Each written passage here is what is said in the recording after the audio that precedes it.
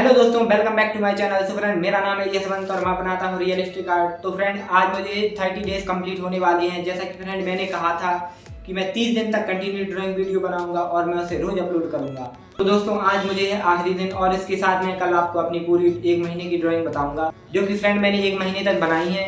तो दोस्तों, आप कल की वीडियो जरूर देखिए क्योंकि कल की वीडियो बहुत ही अच्छी होने वाली है। तो इसके साथ मैं आपको अपनी पूरी 1 महीने की दिक्कत बताऊंगा, जो कि मेरे साथ क्या क्या हुआ है, और इसके साथ साथ बताऊंगा कि मुझे क्या क्या दिक्कतें झेलनी पड़ी हैं।